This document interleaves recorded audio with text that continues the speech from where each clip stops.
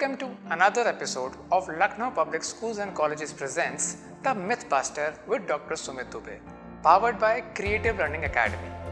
In the previous episode, we majorly discussed about how information regarding COVID is impacting us, how our body responds to our thoughts and feelings, and how our psyche will help us recover better. In any case, if you have missed the previous episode, so the link of that episode is given in the description below. And today we'll discuss a little more about COVID-19 and understand it in a deeper level. Thank you so much, Dr. Sumit, for joining us again. Thank you, Arshad. So today we'll try and delve a little more deeper in the current situations. So my first question to you is, does alcohol actually saves us from COVID-19? No, of course it is not. No way it is going to save us from COVID-19. Okay. So as the rumors say, sanitizers are made of alcohol. Please elaborate on this. देखिए, बहुत सारे लोग ये तर्क दे रहे हैं कि भाई सैनिटाइज़र तो अल्कोहल से बनता है, तो हम अल्कोहल पिएंगे. कल मैंने देखा कि पिछले साल से चल रहा है कि एक वीडियो आ रहा है, उसमें किसी ने कांच के बीकर में अल्कोहल रख दिए और उसके फ्यूम्स को वो इनहेल कर रहे हैं और ये बता रहे हैं कि भाई अगर आप स्टीम करने की जगह अल्कोहल स्टीम करेंगे तो शायद कोविड-19 वायरस बनेंगे. और वो बड़ा कन्विंसिंग वीडियो है. जिस भी व्यक्ति ने उसे तैयार किया है वो बहुत जान डाल के उसने तैयार किया है कि जो भी देखेगा और ख़ासकर उसके शराब से थोड़ा सा भी लगाव है अल्कोहल से, तो वो ऐसा किए बिना रह नहीं सकता. लेकिन फ्रैंकली स्पीकिंग, आप ये देखिए कि आप जो घर में खाना बनाते हैं तो दाल बना रहे हैं जैसे आप, तो दाल में आप दाल के कंटेंट से ज़्यादा पानी का कंटेंट रखते हैं, ठीक है. लेकिन जब वो बन के तैयार होती है तो वो दाल है. लेकिन क्या इसका ये मतलब है क्योंकि दाल ज़्यादा डाली, पानी ज़्यादा डाला था दाल में, तो हम पानी पी लें तो दाल का काम कर देगी? ऐसा कभी नहीं होगा. उसी तरह से कई लोग ये दलील दे रहे हैं, कई लोग ये तर्क दे रहे हैं, कुतर्क दे रहे हैं बेसिकली, कि क्योंकि 60% से ज़्यादा सैनिटाइज़र का कंटेंट अल्कोहल है, इसलिए वो अल्कोहल को डायरेक्टली कंज्यूम कर लेंगे तो ठीक हो जाएंगे. ऐसा नहीं है. कोरोना वायरस को, कोविड-19 वायरस को मारने के लिए एक सैनिटाइज़र जैसी प्रिपरेशन की ज़रूरत है जिसके सारे कंपोनेंट प्रीफिक्स्ड होते हैं. एक साइंटिफिक कैलकुलेशन है उसकी कि क्या कितना रहेगा. जब वो उस कॉम्बिनेशन में मिलेंगे then it is sanitizer and that is effective killing कोविड-19 virus but not alcohol. Again I am saying, ये पूरी तरह से अफवाह है और इस पर विश्वास नहीं करना है. हाँ, ये ज़रूर हो सकता है कि समय के साथ जो लोग रेगुलर इनटेक करते हैं उनकी लीनियर इम्यूनिटी में जो डिक्लाइन होगा, वो जब उन्हें कोविड-19 इन्फेक्शन होगा तो उससे उबरने में ज़रूर उनको दिक्कत आएगी उस अल्कोहल कंजम्पशन की वजह से. Thank you so much sir. बिल्कुल, the really nice insight. Sir, इस बार डेथ बहुत हुई, तो इसका जिम्मेदार कौन है? वायरस का स्ट्रांग होना या हमारी खुद की लापरवाही? तो अच्छा हुआ कि आपने वायरस का और हमारी लापरवाही की बात करी, क्योंकि अक्सर लोग केवल एक ही बात कर रहे हैं, गवर्नमेंट जिम्मेदार है. So make it very clear कि महामारियों के लिए कोई तैयार नहीं होता पहले से. नोबडी नोज कि महामारी क्या है, महामारी क्या रोल प्ले करेगी, किस तरह से अपने को आपको बढ़ाएगी, क्या उसके वेरिएशंस होंगे और ऑल दैट. तो इसके लिए कोई और जिम्मेदार नहीं है. वायरस की जो घातकता है वो जिम्मेदार है, उसका जो म्यूटेंट टाइप है वो जिम्मेदार है, लेकिन इक्वली जिम्मेदार हमारी लापरवाही या हमारा ये कह लीजिए कि आँख बंद कर लेना रहा. हम लोग मान के चलते रहे कि हमें कोविड नहीं होगा. इस कोविड में हमने 2-3 चीज़ें देखी हर्षिता, और वो बड़ी ह्यूमन साइकोलॉजी को दिखाती हुई बहुत बेसिक सी चीज़ है. जैसे किसी को कोविड हुआ किसी की फैमिली में, तब उसने मान लिया कोविड हो सकता है, और जब तक कोविड नहीं हुआ तो कह रहा कोविड है ही नहीं. हम बड़ा सरप्राइज है, पढ़े लिखे लोग इस तरह से पेश आते रहे. दूसरा एक पैटर्न इसमें आया कि इस कोविड ने हमें सिखाया कि हम किस हद तक अपने में लिमिट होकर के रह रहे हैं. हमने देखा कोविड से होने वाली बहुत सारी कैजुअलिटीज़ में लोगों ने साथ नहीं दिया. अगर आप प्रॉपर प्रिकॉशन बरतते हैं और ज़रूरत पे किसी के काम नहीं आते हैं तो फिर वो प्रिकॉशन किस काम के हैं? तो मैं आपके इस प्रोग्राम के जरिए से 2 चीज़ें लोगों से कहना चाहूँगा. लापरवाही अगर आप कर रहे हैं तो आप घर पे भी बैठ के कोविड पॉजिटिव हो सकते हैं, क्योंकि आप किसी न किसी चीज़ के अक्रॉस होंगे. सब्जी वाला आएगा, दूध वाला आएगा, काम वाले आएंगे, हो सकता है. लेकिन अगर आप सावधानी बरतते हैं, गवर्नमेंट लेड प्रॉपर प्रोटोकॉल या मेडिकल फ्रेटर्निटी के द्वारा जारी प्रॉपर प्रोटोकॉल फॉलो करते हैं तो आप ज़रूरत का काम भी कर सकते हैं और कोविड से बच भी सकते हैं। तो इस बार हुए जो आपका सवाल था मौतों के आंकड़े के लिए दोनों लोग जिम्मेदार हैं, हमारी सामूहिक लापरवाही और वायरस का बदला हुआ स्वरूप। Sure, sir. Sir, my next question is, rumors say that India is facing the third wave outbreak, and they are also saying that this time the virus is stronger, and there is a term for it, which the news say that it's a mutant virus. So, and which age group is at risk because of that? सी हर्षित, बड़ा relevant और बहुत important सवाल है आपका। देखिए, सबसे पहले तो जो आपने बोला कि थर्ड वेव आ रही है और रीमर है और सब चीज़ें आ रही हैं, तो इसमें पहले समझ लें कि म्यूटेंट क्या है, what is the mutant variant of some virus. सभी वायरस अपने को म्यूटेंट वेरिएंट में लॉन्च करते हैं अगर उन्हें मौका मिलता है तो। बेसिकली क्या है कि हर वायरस का एक सीक्वेंस है, ठीक, और वो सीक्वेंस जो है वो गवर्नमेंट ऑफ इंडिया ने बात की थी कि हम लोग लगभग 5% कोविड इन्फेक्टेड पेशेंट्स को वायरस को हम लोग सीक्वेंस करेंगे। अब वो काम एक उसके लिए एक बॉडी बनाई गई है, वो अलग चल रहा है ताकि ये समझा जा सके कि जैसे एक व्यक्ति जो कोविड इन्फेक्टेड हुआ उसके अंदर जो कोविड वायरस का जो वेरिएंट अवेलेबल है उसका क्या पैटर्न है। जैसे मान लेते हैं कि there are 26 alphabets in English language, right? So that is A, B, C, D, E, F, G, H, like that. So suppose there are 6 alphabets in A, B, C, D, E, F. Those 6 alphabets, suppose we are taking in a first variant of COVID-19 virus in the same way like A, B, C, D, E, F.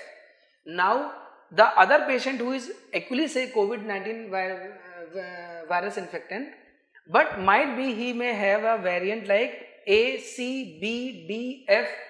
It is that way. And the other patient who is infected the same COVID virus, but he may be having a sequence of F, E, C, A. These are different sequencing of a same virus, right? So once the virus actually changes its sequence, that is what known as a mutant. Correct? Right. So the primary virus which has been actually figured out at the outbreak of this pandemic, suppose it was ABCDE, that is a primary variant. Now it changes itself over a period of time depending on some certain condition of its own self. That is of course not this show is actually to educate about, but it is to educate about what is mutant. Correct? Right. So once the virus changes its original sequence and adapts the other sequence rather than its original sequence, that is mutant. Okay, sir. So number one. Number two, once it is new, so of course the lethality part is aggressive. Why virus actually changes its pattern and sequence? But naturally कि वो अपने आप को और ज़्यादा ऐसी conditions में डालना चाह रहा है कि वो और ज़्यादा survive कर सके। इससे रिलेटेड अभी एक वीडियो भी कहीं से पारित हुआ कि वायरस एक प्राणी है, वो अपने को जीना चाहता है। तो मैं क्लैरिफाई कर दूं, मेरा उस वीडियो से कोई कनेक्शन नहीं है, ना मेरी कोई इंटेलेक्चुअल कोरिलेशन है उससे। बस मैं बताना चाह रहा हूँ कि नया म्यूटेंट आने का मतलब ये है, नया सीक्वेंस आने का मतलब ये है कि वायरस अब अपने आप को सर्वाइव कराने के किसी दूसरे जोन में डालना चाह रहा है, वो बदल रहा है। तो बट नेचुरली जब वो अनस्टडीड है, उसके बारे में पता ही नहीं है और हम उसको पुराने तरीके से ट्रीट करने की कोशिश करेंगे तो माइट भी वो ट्रीटमेंट काम करे, माइट भी वो ट्रीटमेंट काम ना करे। तो बट नेचुरल है कि हर नया म्यूटेंट पहले से ज़्यादा घातक होता है। वो उम्मीद है कि मैंने आपको बहुत आसान शब्दों में समझा पाया, ना कि डरा करके यहाँ नया वेरिएंट आएगा वो और ज़्यादा घातक होगा, वो ये कर देगा वो कर देगा। Number one. Number two, so far as rumors about or news about rather I must say third variant, क्योंकि अभी कोविड के मसले में बड़ा मुश्किल हो गया समझना कि क्या न्यूज़ है और क्या रूमर है। तो ये थोड़ा सा एक थिन लाइन डिफरेंस है जिसको मैंने सोचा कि मैं क्लैरिफाई करूं। बेसिकली क्या है कि प्राइमरी वेरिएंट आया तो कोविड हुआ, वो कोविड था। नए वेरिएंट के साथ लॉन्च हुआ, वो कोविड की नई वेव हो गई। अब फिर नए म्यूटेंट के साथ अगर वो लॉन्च हो गया या हो पाया या कभी हुआ तो वो कोविड की थर्ड वेव हो जाएगी। So it is that very simple. अभी आपने उसमें एक सवाल पूछा कि विच एज ग्रुप इज एक्चुअली, जो आपने एक बात करी तो इसमें कोई एज ग्रुप जैसा अगर आप देखें तो कुछ नहीं है। वायरस कोई ऐसी चीज़ नहीं कि वो आपका दरवाजा खटखटा रहा है, आपने कहा हम नहीं खोलेंगे, हम तो प्रोटेक्टेड हैं, तो दूसरे ने दरवाजा खोला, उसने कहा अच्छा तुमको हो चुका, हम दरवाजा नहीं खोलेंगे, तो वो सीधे जाके पहले बूढ़ों को हुआ, फिर बड़ों को हुआ, अब वो बच्चों को जाके हो जाएगा। ये बड़ा एक मतलब डरावना एस्पेक्ट चल रहा है कि इस बार बच्चों को ज़्यादा खतरा है। ऐसा है नहीं, एक्चुअली हो ये रहा है कि 18 साल से कम लोगों बच्चों के लिए कोई बहुत सिग्निफिकेंट या कोई बड़ी कोई सर्टिफाइड कोई रिसर्च ओरिएंटेड मेडिकेशन या वैक्सीन अवेलेबल नहीं है, तो they are at the highest risk actually. अगर आप देखें तो हमारे देश में लगभग 65,000 बच्चे के आसपास हर दिन पैदा होते हैं, ठीक है। ये आंकड़ा मैं फिर से बता रहा हूँ, मैं अवेलेबल आंकड़ों की बात कर रहा हूँ, बदल भी सकता है, तो इन बातों पे कोई एकदम पकड़ना ले इसको। अब अगर 65,000 बच्चों की बात करें तो साल में ये करोड़ों में हो गए, तो पिछले 2 सालों में कई करोड़ बच्चे जो आए नए, हमारे नए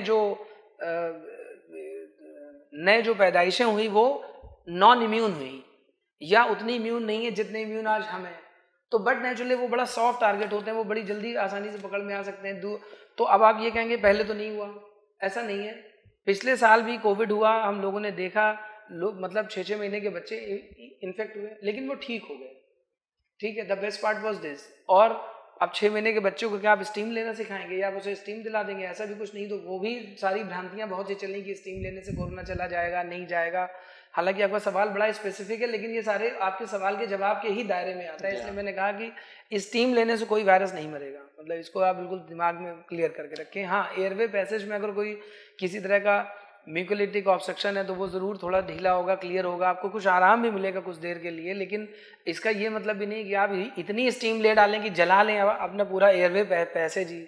तो वो एक अलग टॉपिक है जो हम लोग अभी कवर करेंगे। अभी हम लोग नए म्यूटेंट वेरिएंट, थर्ड वेव और कोविड-19 और नए न्यू टारगेट ऑफ इन्फेक्टेंट की बात करें तो क्योंकि बच्चे ही सबसे सॉफ्ट टारगेट अब बचे हुए हैं और उनके लिए अभी कोई certain remedy, certified remedy, research oriented remedy available नहीं है, मेडिकेशन अवेलेबल नहीं है और किसी तरह का वैक्सीनेशन 18 साल से कम लोगों के लिए फिलहाल नहीं है, तो मान के चला जा रहा है कि इस बार शायद बच्चे उसका टारगेट बनेंगे। लेकिन अगर आप पेरेंट्स अगर थोड़ा जागरूक हैं या पेरेंट्स किसी कोविड-19 पेशेंट्स के एक्सपोजर में नहीं गए, तो जब पेरेंट्स को ही नहीं होगा तो ऐसा थोड़ी ना होगा कि घर में एक ही घर में बच्चों को नहीं, पेरेंट्स को नहीं हुआ जो बाहर जाते आते हैं और उनके हुए बिना बाहर जाए, बिना हुए घर के अंदर आकर के कोविड-19 वायरस किसी बच्चों को इन्फेक्ट करके चला जाएगा। So hopefully I would have cleared the doubt. Right sir, right sir. Sir एक बहुत ही सीरियस कंसर्न और है जी जी, जो कि एक ब्लैक फंगस नाम से जो बीमारी है, ओके, इसके बारे में ज़रा हमें कुछ बताएं।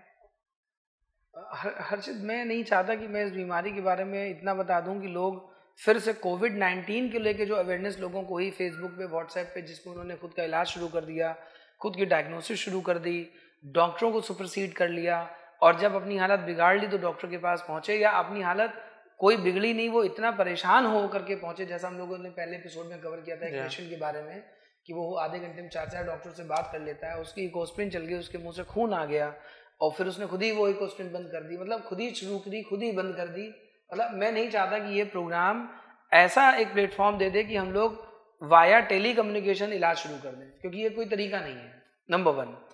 हाँ, ब्लैक फंगस को लेकर के मैं कुछ भ्रांतियां हैं, कुछ जानकारियां हैं जो सबको पता है, थोड़ा सा उस पर डिटेल करना चाहूँगा।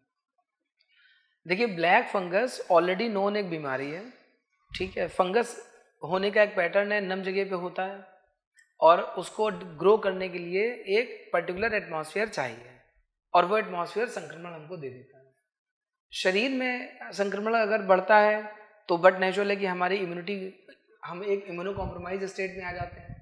दूसरा हमने देखा, जो लोग देख रहे हैं, जो डॉक्टर्स ऑब्जर्व कर रहे हैं, वो ये देख रहे हैं कि ब्लैक फंगस 2-3 वजहों से तेजी से बढ़ा। पहला कि जैसे ही एस्टेरॉइड्स को यूज को एक फ्री फ्लो गाइडलाइन दे दी गई कि भाई ऐसा है कि आप एस्टेरॉइड खुद ही शुरू कर दीजिए, तो लोगों ने अपना ऑक्सीजन लेवल 90 के नीचे जाए या उनको ब्रीदिंग डिफिकल्टी हो उसके पहले ही कोविड के प्रोटोकॉल ट्रीटमेंट के साथ ही एस्टेरॉइड भी लेना शुरू कर दिया। और इसमें बहुत सारे लोग हैं, बता ही चुका हूँ मैं आपको। कई बार इसमें डॉक्टरों से भी प्रिकॉशन लेने में कहीं ना कोई ट्रीटमेंट गाइडलाइन में, क्योंकि हर आदमी इतना डरा हुआ था कि कहीं मरीज को कुछ हो ना जाए, तो उन्होंने एस्टेरॉइड के यूज़ को अलग अलग तरीके से किया, ठीक है। उसके चलते हुआ क्या कि जो बॉडी जो ऑलरेडी इम्यूनो कॉम्प्रोमाइज स्टेट में थी वो सुपर कॉम्प्रोमाइज स्टेट में पहुंच गई और उसके चलते ब्लैक फंगस डेवलप होना शुरू हुआ। लेकिन अभी एक नया चर्चा का विषय ये है कि क्या पहले लोगों को एस्टेरॉइड नहीं दिए जाते थे, क्या पहले लोगों को ऑक्सीजन नहीं दी जाती थी, पहले तो लोग ये ब्लैक फंगस नहीं होता था, पहले तो इम्यूनो जो कॉम्प्रोमाइज स्टेट में पेशेंट्स होते थे उनको तो ब्लैक फंगस नहीं होता था। तो अभी एक नई चर्चा, ये नया टॉपिक ऑफ रिसर्च ये चल रहा है कि क्या ब्लैक फंगस का कोविड से कोई कहीं रिलेशन तो नहीं है। तो इसलिए मैं आप सब लोगों से कहना चाहता हूँ कि आप खुद ब्लैक फंगस के पीछे रिसर्च करने में ना पड़ जाएं, क्योंकि भी डॉक्टर्स बेचारे परेशान हैं कि आखिर वो ब्लैक फंगस को किस तरह से ट्रीट करें, हाउ टू ट्रीट। मैं ट्रीटमेंट की बात नहीं कर रहा हूँ, ट्रीटमेंट नोन है, हर स्पेशलिस्ट को पता है कि ब्लैक फंगस कैसे ट्रीटमेंट उसका होता है। लेकिन अभी ये नहीं समझ आ रहा है कि ब्लैक फंगस क्यों कोविड-19 पेशेंट्स में डेवलप हो रहा है, क्या इसका कोविड-19 से कोई रिलेशन है इन्फेक्शन से, या इसका इम्यूनो कॉम्प्रोमाइज स्टेट से कोई लेना देना है। तो ब्लैक फंगस को एक तो ये आप समझ लें। दूसरा, इतने ओवर कॉन्शियस मत हो जाइए कि आपने कहा कि साहब मेरे जबड़े में दर्द हो रहा है, कहीं ब्लैक फंगस तो नहीं है। अब अजीब बात हो गई, तो अगर आप ब्लैक फंगस तो नहीं है, आप जाके चेकअप करा लें, ठीक है। आप उसी डिलेमा में चलें, दैट विल क्रिएट पैनिक। और ब्लैक फंगस बट नेचुरल एक जानलेवा बीमारी है और ये काफ़ी घातक भी है। और आपको मैं बताऊं कि ब्लैक फंगस का ट्रीटमेंट बहुत जो अवेलेबल ट्रीटमेंट अगर बहुत कम में हुआ तो लगभग 5 से 7 लाख रुपए का खर्च उसमें लगभग आ सकता है। जरूर। और दुख की बात यह है कि जैसे कोविड-19 के ट्रीटमेंट में पता चला कि प्लाज्मा थेरेपी काम करती है। हालांकि मैंने देखिए TV9 में एक इंटरव्यू हमारा पिछले साल हुआ था, मई महीने में, यही महीना था, और मैंने पिछले साल ही बता दिया था कि प्लाज्मा थेरेपी पिछले साल तो बहुत जोर शोर से चली, फिर वो ली गई, फिर उसे हटाया गया परसों 17 को। मैंने पिछले साल ही बता दिया था कि प्लाज्मा थेरेपी का कोई ऐसा जागरूक रोल नहीं है कि आप प्लाज्मा थेरेपी पे डिपेंडेंट होकर के कोविड-19 का ट्रीटमेंट करें। अब प्लाज्मा पे जब बात आई तो प्लाज्मा लाखों में बिकने लगा। रेमडेसिविर इंजेक्शन पे बात आई, ये प्लाज्मा रेमडेसिविर की बात नहीं, बात यह है कि हर वो चीज़ जो जान बचा सकती है, जो जान बचाने में सहायक हो सकती है, क्या गवर्नमेंट उसका ब्लैक कर रही है? उसका ब्लैक हम आप जैसे लोग कर रहे हैं जो बाजार में हैं, जिनको लगता है कि हम इसी से अपना फॉर्च्यून बना लेंगे। तो मैं रिक्वेस्ट ये करना चाहता हूँ कि जब जब जिसको जो मौका मिला उसने गलत काम तो किया, ब्लैक मार्केटिंग करी, लोगों की जान बच सकती थी वो नहीं शायद बच पाई। कई लोग तो साइकोलॉजिकली बेचारे नहीं रहे, क्योंकि अब तो रोल क्लियर हो गया कि रेमडेसिविर से जान नहीं बचाई जा सकती। लेकिन अगर कोई व्यक्ति कह रहा है कि अगर मुझे रेमडेसिविर लग जाए तो मैं बच जाऊं और नहीं मिला तो मैं मर गया, ये साइक भी हो सकती है, पेशेंट साइक भी हो सकती है। और इसलिए मैं कह रहा हूं कि अब जो नई शॉर्टेज आई है वो ब्लैक फंगस की दवाओं और इंजेक्शन की आई है, मिल ही नहीं रहे बाजार में कहीं। सर्जन परेशान है कि हम सर्जरी करें, आगे का ट्रीटमेंट कैरी फॉरवर्ड करना चाह रहे हैं, मेडिसिन अवेलेबल नहीं है। तो मैं लोगों से रिक्वेस्ट करूंगा कि जो भी इस वीडियो को सुन रहे हैं वो अपनी जिम्मेदारी पूरी करें। अगर उनके पास में ब्लैक फंगस से रिलेटेड जो प्रोटोकॉल मेडिसिन हैं अगर हैं, प्लीज़ उसको होल्ड ना करें, रिलीज़ करें। अपना वो बिजनेस क्यों नहीं करते हैं? MRP पे कोई चीज़ अगर लेकर के आप दे रहे हैं तो आप एक अच्छा मुनाफा कमा रहे हैं, उसके बाद में आप उसे ब्लैक करके क्या हासिल कर लेंगे, that is something beyond understanding. तो आपका जो सवाल था ब्लैक फंगस को लेके वो मैंने शायद कवर कर पाया कि कैसे फैल रहा है, किन लोगों में ज़्यादा चांसेस हैं, लेकिन इसके बारे में उतना ही जागरूक होना है जितना जागरूक होने की ज़रूरत है। इग्नोर नहीं करने कोई सिम्टम्स, लेकिन इतना ओवर जागरूक नहीं हो जाना है कि आप कोविड-19 की तरह व्हाट्सएप पे ही ज्ञान ले लें, उसी के बारे में पढ़ लें, समझ लें, इलाज कर लें और वो जानलेवा साबित हो जाए बाद में। और इतना इग्नोर भी नहीं करना है कि मुझे तो हो ही नहीं सकता और उससे जान चली जाए। ब्लैक फंगस एक बट नेचुरल है, नो ऑब्वियस, बहुत जानलेवा बीमारी है और जान नहीं जाएगी तो भी इसके कॉन्सिक्वेंसेस काफ़ी खतरनाक होते हैं, एम्प्यूट करने पड़ जाते हैं चीज़ों को। सर्जन भी काफ़ी हद तक परेशान रहते हैं पेशेंट्स की उन कंडीशंस को देख करके। डॉक्टर्स को कोऑपरेट करें, डॉक्टर से रेलिवेंट ENT सर्जन से मिलें या टेलीफोनिक कम्युनिकेशन करें या ऑनलाइन जो भी कंसल्टेशन हो सकता है करें। खुद इसके बारे में बहुत जानकारी लाने की ज़रूरत नहीं है। जरूर सर, आप तो एक ही सवाल में इतने सारे क्वेश्चंस हमारे आंसर कर दे रहे हैं कि हमें तो समझ नहीं आ रहा है कि हम कैसे पूछें आपसे। मगर जिस तरह से आपने बताया कि स्टेरॉइड्स का रोल कैसा है और वो तभी दिया जाए जब ऑक्सीजन सैचुरेशन जब एकदम नीचे चला जाएगा और उनके जब पेशेंट अपने डॉक्टर से कंसल्ट करे तभी उसका यूसेज शुरू हो। So thank you so much sir. Harshit, देखिए 2 चीज़ें, हाँ thank you so much. Actually 2 चीज़ें समझनी है। मैंने ये नहीं कहा कि ऑक्सीजन सैचुरेशन बिल्कुल नीचे चला जाए, उसके लिए प्रोटोकॉल्स हैं।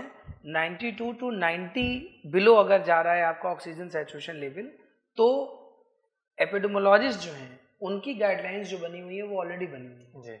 तब कोई पेशेंट अगर स्टेरॉइड का यूज करता है तो उसके वो काम आएगा, वो उसके लाभ में आएगा। लेकिन अगर वो डे 1 से कोविड की दवाएं शुरू कर दे रहा है और उसने साथ में स्टेरॉइड्स भी शुरू कर दिए, तो डे 1 से ही एक तो संक्रमण, दूसरा उसकी इम्यूनिटी, वो साल भर उसने काढ़ा पिया इम्यूनिटी बढ़ाने के लिए, अब काढ़े ने इम्यूनिटी बढ़ाई कि नहीं बढ़ाई है फिर से क्वेश्चनेबल सब्जेक्ट है, लेकिन फिर भी जिस इम्यूनिटी को बढ़ाने के लिए वो पगलाया हुआ था, अब वो डे 1 से उसी इम्यूनिटी को घटाने के लिए मतलब अजीब तरीके से रैटिक तरीके से व्यवहार करने लगा। तो मेरी सलाह ये है कि आपका कोई फैमिली फिजिशियन होना चाहिए, होगा नहीं है। गवर्नमेंट ने बहुत सारी व्यवस्था कर रखी है, हर government hospital speciality OPD online चल रही है। आपको लगता है, आपको डाउट है, आप डायग्नोज हो गए हैं एज ए कोविड-19 patient, be in touch of your doctor with day 1 and that is the only safest thing with the use of steroids and COVID-19 protocol and all other things as we actually can talk about and understand. Absolutely sir. So talking about the protocol, एक बहुत ही major part इसमें mask का भी है। Okay. तो जरा इसके बारे में हमें बताइए कौन से मास्क सही हैं? देखिए मास्क जो है वो सबसे पहले जो बात आई थी, मास्क हमें क्यों पहनने हैं?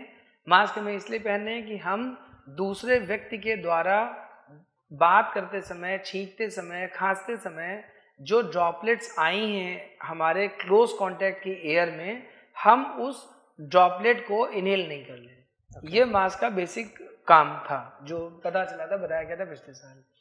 फिर बहुत सारे सुधार होते गए, चेंजेस होते गए, लेकिन कुछ चीज़ें नहीं बदली। 3 लेयर मास्क का यूज़ नहीं बदला। 3 लेयर मास्क, सर्जिकल मास्क पहनना ही पहनना है। अब 3 लेयर मास्क के साथ में एक दिक्कत ये होती है कि जो नॉर्मल मास्क अवेलेबल है, जैसे मेरा मास्क मेरे पास अभी अवेलेबल है, मैं आपको दिखाऊं कि ये जो मास्क है, आप देखें जब आप इसे फैलाएंगे तो ये बट नेचुरल है कि ये कर्व बना रहा है और ये बड़ा टेक्निकल कर्व है।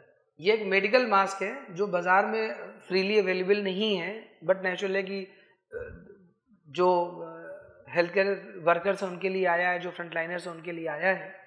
ये मास्क बेसिकली क्या कर रहा है, ये मास्क जब आप इसे पहनते हैं और पूरी तरह से खोल लेते हैं तो आप देखिए ये मास्क मेरे दोनों तरफ प्रॉपर तरीके से मेरे चीक्स पे चिपका हुआ है। ठीक है, 3 लेयर मास्क अगर इस तरह से प्रॉपरली चिपका हुआ है तो एक ही पहनने से काम चल जाएगा।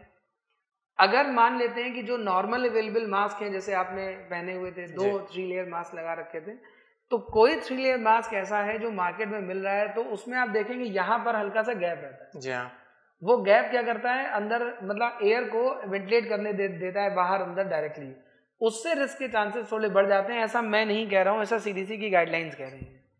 ठीक है, तो जो भी व्यक्ति नॉर्मल बाजार में अवेलेबल मास्क 3 लेयर मास्क पहनता है, जिसमें चीक्स के पास आकर के जहाँ कर्व होता है वो जगह खुल जाती है, तो वो उन 3 लेयर मास्क के ऊपर से एक कपड़े का मास्क पहन ले, ताकि कपड़े का मास्क एक लॉक अवेलेबल कराता है इस जगह से उसे बंद करने में। क्योंकि मैं कपड़े के मास्क के बहुत खिलाफ हूँ, मैं कपड़े के मास्क की कभी वो नहीं करता, लेकिन बट नेचुरली कि मास्क ना लगाने से बेहतर है कि कपड़े के मास्क लगाएं। लेकिन आप लोग कभी तो जागरूक हो जाइए। 12 महीने हो गए हैं, शायद उससे ज़्यादा हो गए हैं, 14 महीने 15 महीने होने को आ रहे हैं बताते बताते कि हमें मास्क पहनना चाहिए, मास्क पहनिए। तो एक तो ये बात हो गई जी। दूसरा, अगर कोई N95 मास्क पहनता है व्यक्ति, और N95 मास्क या 3 लेयर मास्क अगर मेडिकल टेक्सटाइल अप्रूव्ड कपड़े से या मटेरियल से बना है, तो बट नेचुरल है कि वो आपके काम आएगा, वो आपकी रक्षा करेगा कोविड-19 के संक्रमण को फैलने देने से लिए। आप देखिए कि लोग महंगे महंगे मास्क खरीद रहे हैं, कपड़ों के मास्क, ब्रांडेड मास्क, यहाँ लोगो लगा हुआ, वो सब पहन रहे हैं। हम ये नहीं समझ पा रहे हैं कि क्या इतना कॉमन सेंस का अभाव हो गया है हमें, या अगर नहीं है तो उसे विकसित करें। आप अपनी समझ विकसित करें कि आप इंटरनेट पे बहुत सारी चीज़ें सर्च करते हैं, तो उसमें मेडिकल टेक्सटाइल अप्रूव्ड मटेरियल के मास्क ढूंढें और उनका इस्तेमाल करें। जैसा कि हमको समझ में आ रहा है कि हमें मास्क कैसे यूज करने हैं, मेडिकल टेक्सटाइल अप्रूव्ड मटेरियल के, या तो हम लोग बहुत जो रिसर्चेस करते हैं, तो अगर स्पेसिफिकली हम लोग गाइडलाइंस के तहत वाली चीज़ों पे रिसर्च करें तो उससे हमको ज़्यादा बेनिफिट होगा, स्पेसिफिकली इन मास्क को लेके। Thank you so much sir. Correct, that's a huge input from you sir. Talking about a different area, that is about the ladies who are pregnant. So my question to you is that can a fetus be saved if a mother is suffering from COVID-19? इस सवाल का जवाब बहुत detail में करना, क्योंकि देखिए मैं कोई एपिडेमियोलॉजिस्ट नहीं हूँ और मेरा एरिया ऑफ स्पेशलाइजेशन NCD मतलब नॉन कम्युनिकेबल डिजीजेज हैं, बट नेचुरली लेकिन हम लोग ये प्रोग्राम, इसलिए मैं आपके प्रोग्राम में हूँ और इसलिए बात कर रहा हूँ कि जो कम से कम एक फिल्टर अवेयरनेस है, फिल्टर मेडिकल अवेयरनेस है, वो लोगों तक पहुँच सके या फिल्टर हेल्थ अवेयरनेस लोगों तक पहुँच सके। तो इस सवाल के जवाब में बहुत डीप जाने की बजाय मैं ये कहूँगा कि अभी परसों ही हमारे शहर में एक कोविड पॉजिटिव प्रेग्नेंट वुमेन का बच्चा नॉन कोविड हुआ है। तो यहाँ ये संभव है कि हम फीटस COVID-19 माँ के पॉजिटिव होने के बावजूद फीटस को उससे बचाए रख सकें।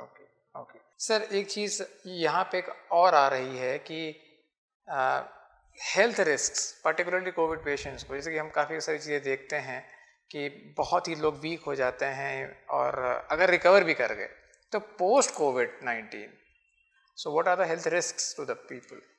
देखिए COVID-19 बट नेचुरली किसी भी संक्रमण से जब आप बाहर आते हैं तो कमजोरी तो होती है। Weakness is a generalize thing. Weakness क्या है?